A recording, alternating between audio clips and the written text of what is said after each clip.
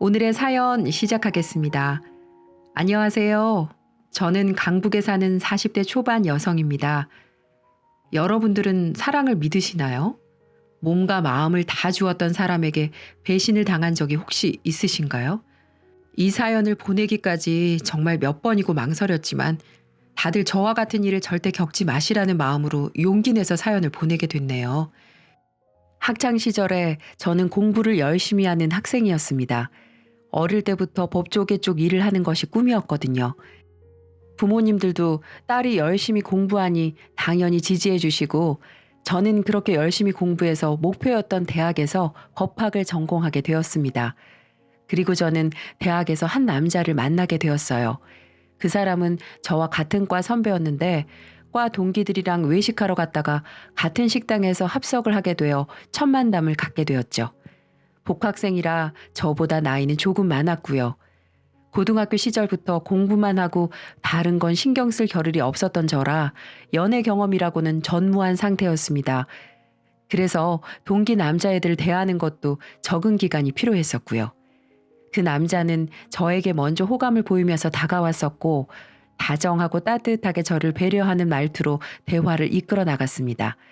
제가 경험이 한 번이라도 있었다면 어땠을지는 모르겠습니다만 아무튼 좋게 말하면 순진했고 나쁘게 말하면 물러 터졌던 저는 말 그대로 그 남자와의 대화에 빨려들듯이 스며들어갔어요. 먼저 연락처를 물어본 것도 그 남자였고 정말 누가 봐도 저와 사귀고 싶다는 듯이 계속 대시를 하더라고요. 주위 동기들도 저에게 잘해보라고 지지를 해줬고 저는 그렇게 그 사람을 처음 만나고 몇 달 안 되어서 연애를 하게 되었습니다. 그때가 저 대학교 3학년 때였어요. 그 사람은 이미 사법시험 1차를 붙고 2차를 준비하고 있었고요. 군 복무도 끝난 상태여서 이제 정말 변호사 될 일만 남았었어요. 그런 모습이 제게는 더욱 멋있어 보이고 동경의 대상이었습니다. 제 공부만 하던 제가 남자친구의 시험 뒷바라지 하느라 과제를 제출 못한 적도 있었을 정도로 저는 그 남자를 사랑했었어요. 그 사람이 잘 되는 게 곧 내가 잘 되는 거라고 생각했고 그 사람과의 미래에는 무조건 내가 함께할 거라고 생각했으니까요. 그 사람은 시험에 붙고 신참내기 변호사로 일을 시작했습니다. 제가 합격한 것처럼 정말 행복해하면서 기뻐하고 서툰 솜씨로 엄마를 달달 볶아가면서 밤새 온갖 반찬들을 만들어서 집으로 갖고 가서는 축하의 상을 차려줬어요. 그 사람도 내가 열심히 일해서 너도 잘 되고 우리 꼭 결혼하자 라고 말했고 저는 이제 행복할 일만 남았다고 생각했죠. 학점이 채워지자마자 저도 사법시험 1차에 응시했고 합격했습니다. 2차는 훨씬 더 어렵다는 걸 잘 알고 있었지만 그래도 저는 열심히 할 자신이 있었고 그럴 예정이었습니다. 변호사는 제 오랜 꿈이기도 했으니까요. 하지만 제 계획은 한순간에 물거품이 되었습니다. 바로 저의 갑작스러운 임신 때문이었죠. 졸업하기도 전이었고 2차 시험을 준비하고 있던 상황에서 저는 너무도 당황했습니다. 한편으로는 사랑하는 그 사람과의 사이에서 생긴 낙이라는 생각으로 기쁘기도 했지만 마냥 행복할 수 없는 상황이었어요. 임신 4주라는 이야기를 들었을 때 감정이 아직도 생각이 나네요. 그런데 그 사람은 너무도 자연스럽게 우리 그럼 결혼해야겠네 라고 일을 진행시키더군요. 물론 처음에 임신 소식을 알렸을 때는 당황하긴 했지만 바로 기뻐하는 기색을 드러냈고 난 어차피 너랑 결혼할 생각이었는데 우리 아기까지 가져줘서 너무 고마워 라면서 임신 소식을 반가워하더군요. 1년이 넘게 만나는 사람이 있다는 건 아셨는데 정식으로 부모님께 소개는 처음이었습니다. 그런데 그게 임신과 결혼이었으니 부모님은 난리가 나셨죠. 당연한 반응이라고 예상은 했었어요. 아빠는 아무리 변호사라지만 이제 갓 된 건데 어떻게 책임지려고 그러나? 하며 그 사람에게 물었고 그 사람은 지금 로펌들의 이력서 넣으며 구직하고 있습니다. 조만간 자리 얻을 수 있을 거고 제가 아기랑 선이 다 책임지겠습니다. 결혼 허락해 주세요. 라고 말했죠. 그 사람이 돌아가고 나서 엄마와 아빠와 저는 대화를 나누었어요. 엄마는 지금 2차 준비하고 있는 게 아깝긴 하지만 애 아빠 되는 사람이 책임지겠다고 하는 마당에 지우는 것도 아닌 것 같다 라고 하셨고, 사업을 하셨던 아빠는 그래도 지금 여기서 네 꿈을 멈추면 나중에 다시 시작하는 게 어렵지 않겠니? 아빠는 무조건 네 의견 따를 거다 라고 하시며 올바른 선택을 하라고 하셨습니다. 저는 제 꿈을 굉장히 소중하게 생각하고 있었는데 그때 철없던 저는 제 실질적인 첫사랑이나 다름없던 그 사람을 정말 사랑하고 있었나 봐요. 아니, 앞으로 보고 뒤로 봐도 미친 듯이 사랑하고 있었죠. 아빠의 말에 바로 그 남자와 결혼하고 아기나 잘 키우겠다고 했으니까요. 저희 쪽에 허락을 받자마자 바로 그 남자의 집에도 인사를 하러 갔습니다. 아버지께서는 지병으로 일찍 돌아가시고 어머님만 만나 뵙게 되었어요. 사실 처음부터 저를 보시는 시선이 곱진 않다는 걸 느끼기는 했습니다. 이제 시작이지만 어쨌든 자기 아들은 변호사 이름 달고 있는데 저는 이제 1차 붙은 학생에 불과했으니까요. 어쨌든 애를 가졌다니까 태교에 집중해야겠네. 그럼 결혼식도 무리겠다. 식은 나중에 애 낳고 천천히 올리던가 하고 일단은 신고만 해.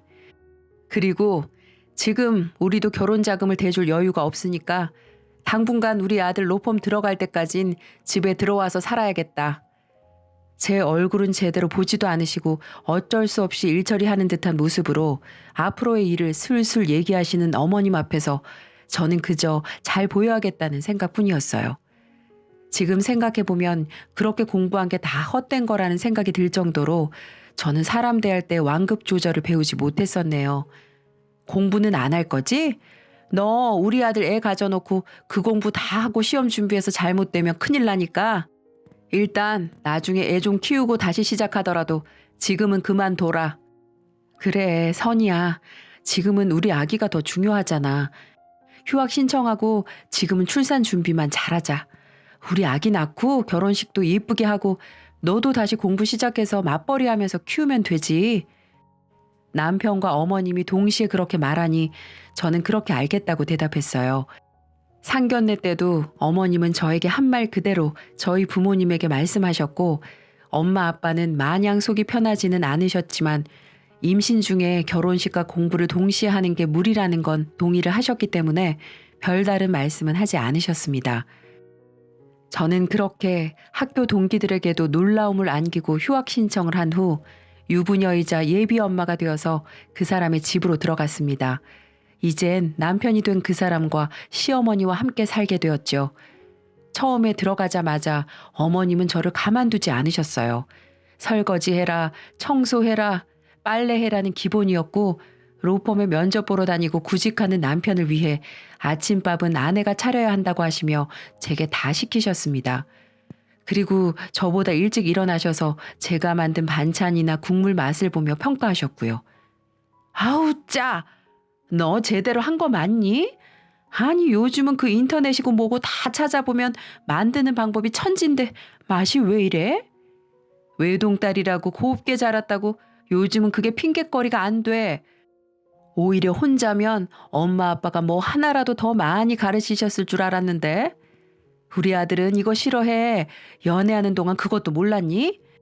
예전에 군대에 있었을 때 만나던 애는 아주 그냥 도시락 파리바리 싸서 면회도 같이 가고 그랬는데 아유 잘하는 거라고는 눈꼽만큼도 없어서리 원. 남편의 전 여자친구까지 거론하시는데 정말 스트레스를 많이 받았어요. 임신 초기라 조심하고 또 조심해야 하는데 이럴 거면 차라리 학교를 다니며 공부를 하는 게 더 낫겠다 싶을 정도였죠. 그래도 저는 참고 참으면서 네, 네 하고 어머니께 맞춰드렸어요. 어쨌든 아이가 있었고 남편을 사랑했으니까요. 그렇게 노력하면 잘 살 수 있을 줄 알았습니다. 그런데 그게 아니었어요. 우선 남편의 일자리는 생각만큼 구해지지 않았고 남편은 그 스트레스인지 술을 많이 마셨습니다. 그리고 제게 화를 내거나 귀찮아하는 기색도 내비쳤죠. 하지만 저는 남편도 힘들겠지 생각하면서 버티고 참았어요. 그러다가 결국에는 일이 생겼습니다. 제가 갑자기 하혈을 한 거예요. 그것도 친정에 잠깐 갔을 때 벌어진 일이라 부모님이 다 보시게 되었고 난리가 나셨습니다. 다행히 아기는 무사했지만 병원에서는 스트레스가 많은 것 같다고 했고요. 아빠는 너 무슨 일 있어? 솔직하게 얘기해. 라고 하셨고 저는 결국 시어머님에게서 받는 스트레스와 남편의 취업난에 대해 말씀드렸어요. 아빠는 사업가답게 행동파셨습니다. 곧바로 저를 데리고 시댁에 가셔서 제가 월세방이라도 구해줄 테니까 애들 분가시키시죠. 라고 하셨습니다. 어머머머, 사돈 형편이 집 하나 해주실 만큼 괜찮은가 봐요? 그런 말씀도 안 하시고 애들 결혼시키신 거예요? 그건 순서가 아니죠. 차라리 그 돈으로 우리 아들 사무실 하나 개업해 주시면 어때요? 아니, 뭐라고요? 아니, 그냥 이렇게 취직도 안 되는 거 어차피 얘도 변호사인데 그냥 자기 이름 달고 하면 마음 편하고 좋잖아요. 아빠는 처음에는 내키지 않는 눈치셨습니다. 하지만 저는 솔깃했어요. 남편의 취업을 마냥 기다리며 그 스트레스를 받아내기에는 너무도 지쳐 있었거든요. 그래서 제가 아빠를 설득했습니다. 차라리 그게 낫지 않겠냐고요. 좀 더 경험을 쌓는 게 바로 자기 사무실 개업한다고 그게 잘 되는 게 아닌데 변호사라도 짬이라는 게 있지. 아빠, 그냥 해주세요. 저 어차피 분가해도 임신해서 혼자 집안일도 다 못해요. 여기선 그래도 어머님이 어머님 일은 하실 수 있잖아요. 아빠는 제 설득에 결국 남편을 부르셨습니다. 한 상가 건물에 사무실을 하나 열어주신다고 하신 거죠. 그 대신 명의는 제 이름으로 해주신다고 했어요. 남편이 열심히 하는 모습을 보이면 바꿔주신다고도 하셨고요. 한마디로 내가 임대인이 된 거고 남편이 임차인이 된 거나 마찬가지였죠.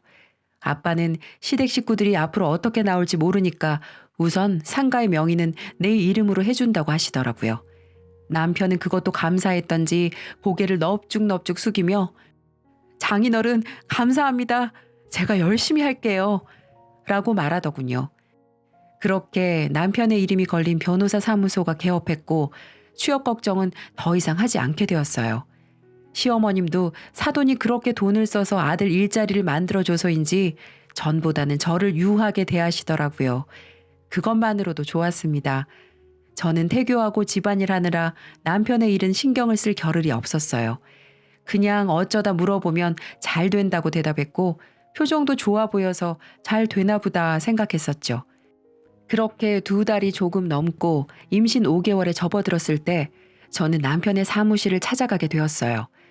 남편이 출근하고 나서 서류를 하나 발견했는데 오늘 날짜가 적혀 있어서 가져다 줘야겠다 생각했거든요. 지금도 가끔 생각해요. 그날 가지 않았으면 내 미래가 조금이라도 괜찮아졌을까 싶은 생각 말이죠. 아직도 기억이 납니다. 남편의 이름이 적힌 사무실 문을 뿌듯한 마음으로 연 순간 소파 위에서 다른 여자와 누워 키스하고 있던 그 남편의 모습이요. 두 사람은 당황하면서 저를 쳐다봤고 저는 그 자리에서 구토를 할 것 같은 기운을 느끼며 정신없이 돌아서 달려나왔어요. 머리가 어지럽고 속이 뒤집어지는 것 같았습니다. 골목에 주저앉아 하염없이 울고 또 울었습니다. 어떻게 우리 아빠가 해준 그 사무실에서 다른 여자를 안고 입 맞출 수 있나 너무도 화가 나고 어이가 없어서요. 대학교 때부터 나만 보던 그 사람이 아닌 것 같았습니다. 그렇게 계속 울다가 어느 순간 배에 번개가 치는 듯한 통증이 느껴졌어요. 그제서야 아기를 품고 너무 울었다는 자각이 들었죠. 하지만 정신을 차릴 새도 없이 제 기억은 거기서 끊겨버렸습니다. 눈을 떴을 때는 이미 병원이었고 옆에는 남편과 그 여자가 있었어요. 뭐가 당당한지 저를 똑바로 보면서 여자는 어머머, 일어났어 하고 호들갑까지 떨더라고요. 누가 봐도 세련된 투피스 정장에 화장까지 한 고급스러운 모습이었습니다. 남편과 그 여자 뒤로 시어머님이 나타났고 뒤이어 의사 선생님도 오셨어요. 선생님께서는 저를 안타깝다는 듯 보시면서 정말 죄송합니다. 아이가 유산되었어요. 임신 중기이신데 스트레스를 크게 받으셨나 봐요. 라고 말씀하셨고 그제서야 저는 피로 물든 제 바지를 보게 되었죠. 선생님이 떠나시고 나서 시어머님이 저를 보고 혀를 끌끌 차셨습니다. 바깥 함부로 나돌아다니더니 애가 저렇게 떨어지지 하시면서 저를 안 이쁘게 보시고 나가시더라고요. 그러자 남편 옆에 그 여자는 어머니 같이 가요 하고 자리를 피하더군요.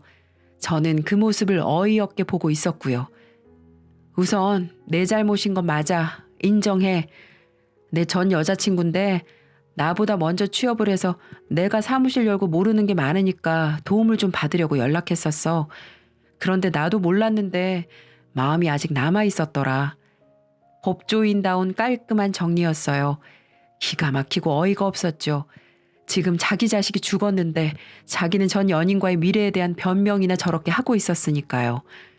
내 꿈까지 포기하며 임신하고 결혼했고 아빠 돈까지 쓰며 그를 지지했는데 돌아온 건 배신이었어요. 그리고 계속 지켜보니까 시어머님은 저보다 더 그 여자를 며느리 대접하고 계시더라고요. 어차피 우리 결혼은 아이 때문이잖아. 여기서 이혼하는 게 너한테도 좋을 거야. 살인 충동이라는 걸 그때 알았습니다. 뺨이라도 치고 머리를 잡고 흔들고 싶었지만 몸에 힘이 하나도 없었어요. 저는 그저 부모님께 연락해 달라고만 했습니다. 남편은 순순히 부모님께 연락해 주었고 일의 경위를 설명했어요. 그리고 자기가 유책 배우자라는 걸 잘 알고 있고 위자료는 지급할 것이며 여기서 장인어른이 제게 해코지하시면 그건 고속감이다라고 하며 뻔뻔하게 나가더라고요. 뭐 사실 이 결혼이 아이 없으면 이루어졌겠어요? 이제라도 각자 제 짝 찾아가는 거지. 엄마는 시어머님의 그 말을 듣고 당장이라도 머리채를 잡으려고 하셨는데 옆에 있던 남자 간호사가 말려서 그러시지 못했어요. 그저 저를 안고 우셨죠. 저는 부모님의 얼굴을 볼 수가 없었어요.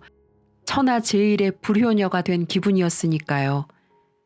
아빠는 퇴원하는 저를 데리고 나가 가까운 대형 마트에서 가장 큰 캐리어를 사셨어요. 그리고 시댁으로 가셔서 제 짐을 싹 다 챙겨서 저를 집으로 데려오셨죠. 그리고 걱정 말고 몸부터 회복하자. 이혼 그거 별거 아니야. 네가 세상에 부끄러운 것 없이 살면 그걸로 너는 떳떳하게 살 수 있어. 언젠가 저들이 벌 받을 거다. 라고 하셨죠.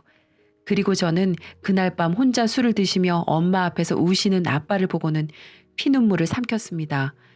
그 후로 아빠는 변호사를 알아보시며 누워있는 저 대신 모든 소송을 진행하셨고요. 저는 그런 아빠를 보며 내가 얼른 기운을 차려야지 하고 생각했어요. 그런데 슬픈 일은 한꺼번에 오는 것인지 아빠가 한 달이 조금 안 되어 돌아가셨습니다. 갑작스러운 심장마비였어요.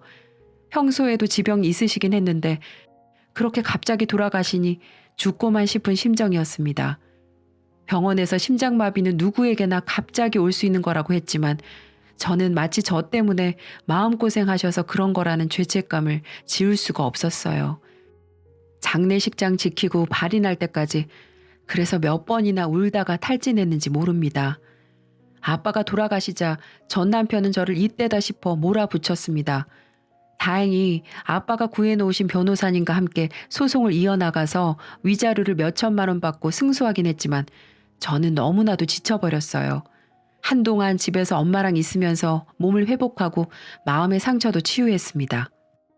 꿈에서 아기가 나와 울면 수면제도 듣지 않았고 엄마랑 그렇게 둘이 껴안고 울기 일쑤였어요. 그리고 전 남편과 전 시모, 상간녀를 많이 원망했죠. 아빠도 미친 듯이 보고 싶었고요. 제가 정신을 차리게 된 건 반년 후 들려온 전 남편과 그 여자의 재혼 소식 때문이었습니다. 난감한 얼굴로 제게 소식을 전해주던 가장 친한 동기의 얼굴이 아직도 기억나네요. 동기도 물론 전 남편의 욕을 엄청 했죠. 그런데 제게는 그게 정신을 차리게 되는 계기가 되었어요. 놓았던 공부가 생각나고 그 여자의 세련된 모습이 겹쳐지니까 저 모습이 내 진짜 미래였다는 생각이 들었거든요. 엄마에게 복학의 의지를 말씀드렸습니다. 당연히 지지해 주셨고 저는 잠을 2시간씩 자며 공부했어요. 정말 고3 때도 없었던 코피까지 흘리면서요. 전 남편의 소식은 알려고 하지도 않았습니다. 복학하니까 친구들은 이미 다 졸업해서 제 이야기를 할 사람이 없는 건 좋더라고요. 저는 졸업 후에 2차 시험까지 합격해 변호사가 되었습니다. 이혼 후 2년이 다 돼가던 시점이었죠. 그날 엄마랑 고급 호텔 가서 외식하면서 엉엉 울었어요. 아빠 납골당도 찾아가고요. 운이 좋은 건지 저는 지금까지 일하고 있는 작은 로펌에 금방 취직했습니다. 신참내기 변호사로 자잘한 사건들부터 맡게 되었죠. 그리고 그때 선배였던 현재의 남편을 만났어요. 처음에는 서류 정리부터 시작해서 사건 분석 파일에 의뢰인 상담까지 다 깐깐하게 검사하는 그 사람이 너무 얄밉기도 했어요. 그런데 저한테 쓴소리를 한 날 퇴근 시간이 되면 꼭 책상 위에 커피나 쿠키가 놓여 있었죠. 수고했어요. 점점 더 잘할 거예요. 라는 짤막한 쪽지와 함께 말이죠. 제가 처음으로 승소를 이끌어낸 건 남편의 외도로 이혼 소송을 낸 아기 엄마였습니다. 제가 공감이 가서 그런지 정말 밤새 가면서 조사하고 준비했고 결국 원하던 액수의 위자료로 승소했어요. 그리고 그날 저는 현재 남편에게 고백을 받았습니다. 알고 봤더니 제가 뭔가 하나를 해내고 자신감을 얻을 때까지 기다려주고 싶었대요. 하지만 저는 마음을 쉽게 열 수 없었어요. 바로 과거 때문이었죠. 하지만 선배는 그런 제게 계속 다가왔고 저는 결국 제 과거를 털어놓았습니다. 아휴, 고생 많았네. 내가 이제 당신 지켜줄 거야. 그러니까 더 이상 힘들지도 외로워하지도 마. 선배는 그렇게 웃으며 말하더군요. 그 말에 저도 모르게 울음이 터져 엉엉 울었고 한참 동안이나 선배는 조용히 저를 달래주었습니다. 그리고 저는 그렇게 조심스럽게 새 사랑을 시작했죠. 선배가 나이가 좀 있다 보니 집안에서 결혼을 재촉하는 모양이었어요. 제게 땀을 뻘뻘 흘리면서 조심스럽게 이야기를 하더라고요. 그 모습이 오히려 저는 결혼을 별거 아닌 것처럼 말했던 전 남편보다 훨씬 믿음이 가더군요. 그 대신 이번에는 먼저 예비 시부모님을 뵙고 싶다고 말했어요. 선배는 제 이야기를 미리 다 해놓았다고 했는데 정말로 선배 집에 처음 가자마자 어머님께서 저를 안고 눈물을 흘리셨어요. 선배는 제 이혼 아픔을 겪었던 것부터 해서 유산에 아버님이 심장마비로 돌아가신 것까지 해서 예비 시부모님이 저를 만나기 전에 모든 걸 저에 대해서 아시게끔 말을 해놨던 것 같았습니다. 지방에서 오셨다고 했는데 그냥 평범한 동네 아주머니 느낌이어서 날카로운 선배 이미지랑 상반되는 게 신기했어요. 얘야 왔니? 얘기 들었다. 그동안 얼마나 고생을 했누. 우리 아들에게 얘기 다 들었어. 이제부터 과거는 다 잊고 우리 함께 새롭게 다시 시작하면 돼. 아버님께서도 그래, 아버님도 심장마비로 돌아가셨다며 이제부터는 내가 너의 아버지가 되어줄 거다. 하늘에 계신 니네 아버지도 널 지켜줄 거고 우리에게 이렇게 와줘서 너무 고맙구나 하시며 몇 년이 지났음에도 불구하고 제게 몸보신하라면서 준비해 두신 한약을 건네시더라고요. 그 모습에 저도 마음이 동했고 저희의 결혼은 그렇게 일사천리로 진행되었어요. 이번에는 예쁜 웨딩드레스도 입고 멋진 결혼식장에서 직장 동료들, 대학 동기들 다 모아놓고 결혼식을 했어요. 제 과거를 아는 동기들도 아우 네가 그렇게 고생하더니 드디어 인생 핀다 라고 하며 저와 남편의 앞날을 축복해 주었습니다. 같은 직장에서 일하다 보니까 자연스럽게 얼굴 볼 일도 많았고 정말 전 남편과 비교하면 너무너무 행복한 결혼 생활이 시작되었어요. 정말 너무 행복했고 남편은 지금까지도 매일매일 제게 사랑한다고 해주곤 합니다. 시부모님도 저를 딸처럼 아껴주셨고 저희 어머님과도 사이가 좋으셔서 친구처럼 지내시고 정말 말 그대로 고생 끝 행복 시작이었죠. 아이는 너네 자유롭게 가지고 안 낳고 싶으면 갖지 마라 하셔서 남편하고 천천히 이야기를 해보기로 했습니다. 저랑 남편 둘 다 일 욕심도 있었고요. 그렇게 결혼을 하고 일도 열심히 하면서 새로운 인생을 행복하게 잘 살던 중이었어요. 어느 날 제게 누군가가 상담을 예약했어요. 가보니까 앳된 얼굴의 여자가 울고 있더라고요. 무슨 일이세요? 변호사님, 저 좀 도와주세요. 저 정말 억울해요.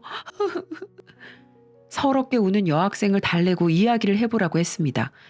여학생은 자기가 임신 중인데 아이 아빠인 남자친구가 유부남이라는 걸 최근에 알았다고 해요.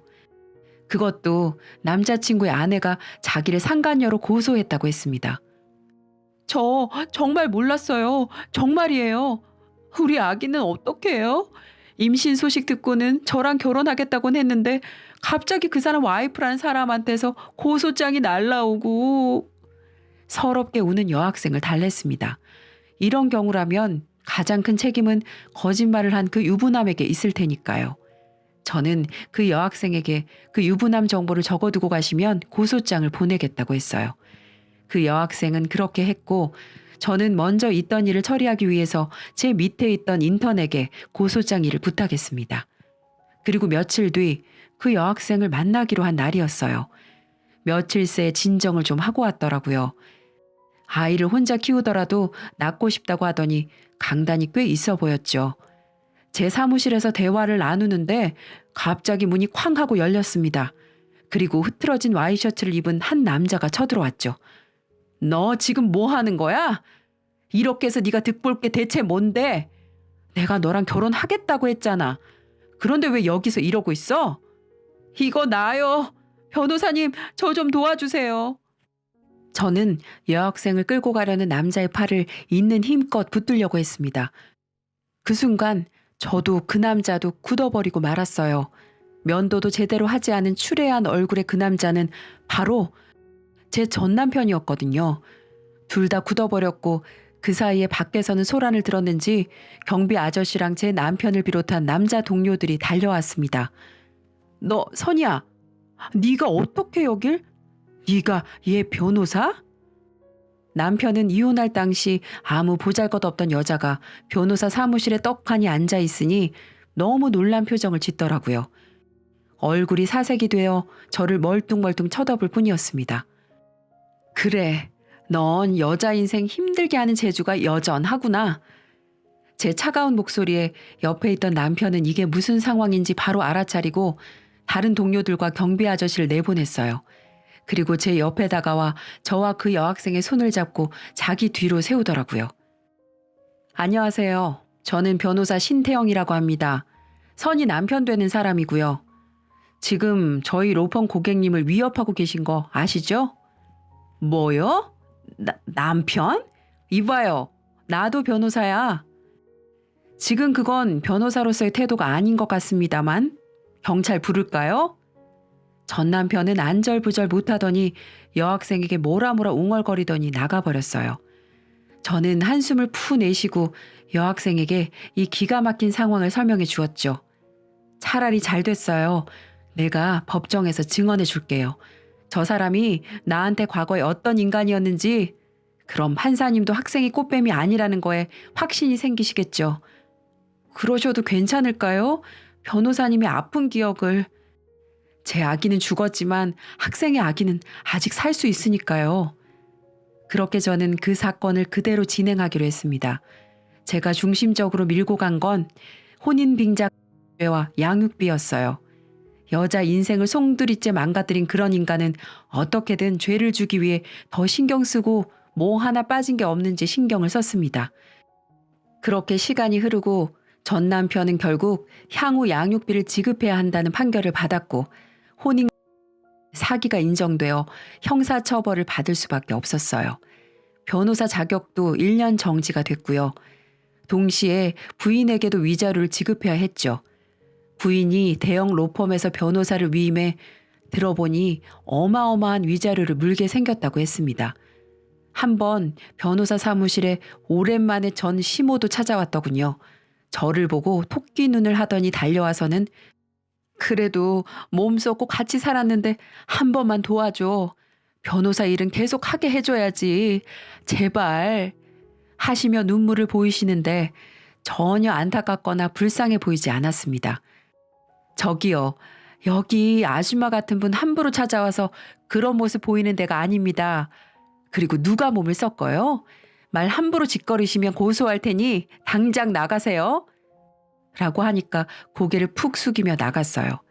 아마 집안의 대들보였던 자기 아들이 이제는 변호사도 당분간 못하게 됐으니 한숨을 푹푹 쉬는 건 당연하겠죠. 그 후 여학생은 출산을 해서 미혼모 시설과 국가 지원들을 잘 알아본 후 현재 아이를 키우며 네일 아트 샵에서 일을 한다고 하네요. 양육비는 그래도 달마다 주긴 준다고 하고요. 저는 혹시 너무 적게 주거나 끊기면 바로 와서 고소장 쓰라고 했습니다. 동기들을 통해 소식을 간간히 들은 전 남편은 완전히 패인 그 자체가 되었다고 합니다. 양육비를 주지 않으면 소송이 걸리니까 술집이나 고깃집, 심지어는 일용직 아르바이트도 하는 걸 본 동기도 있다고 해요. 로펌에 취직을 하려고 해도 이력서에 뭘 쓸 거리가 있어야 하죠.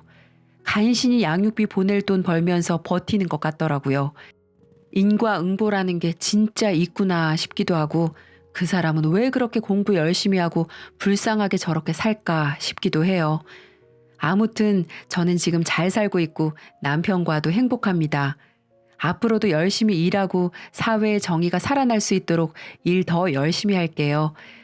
감사합니다.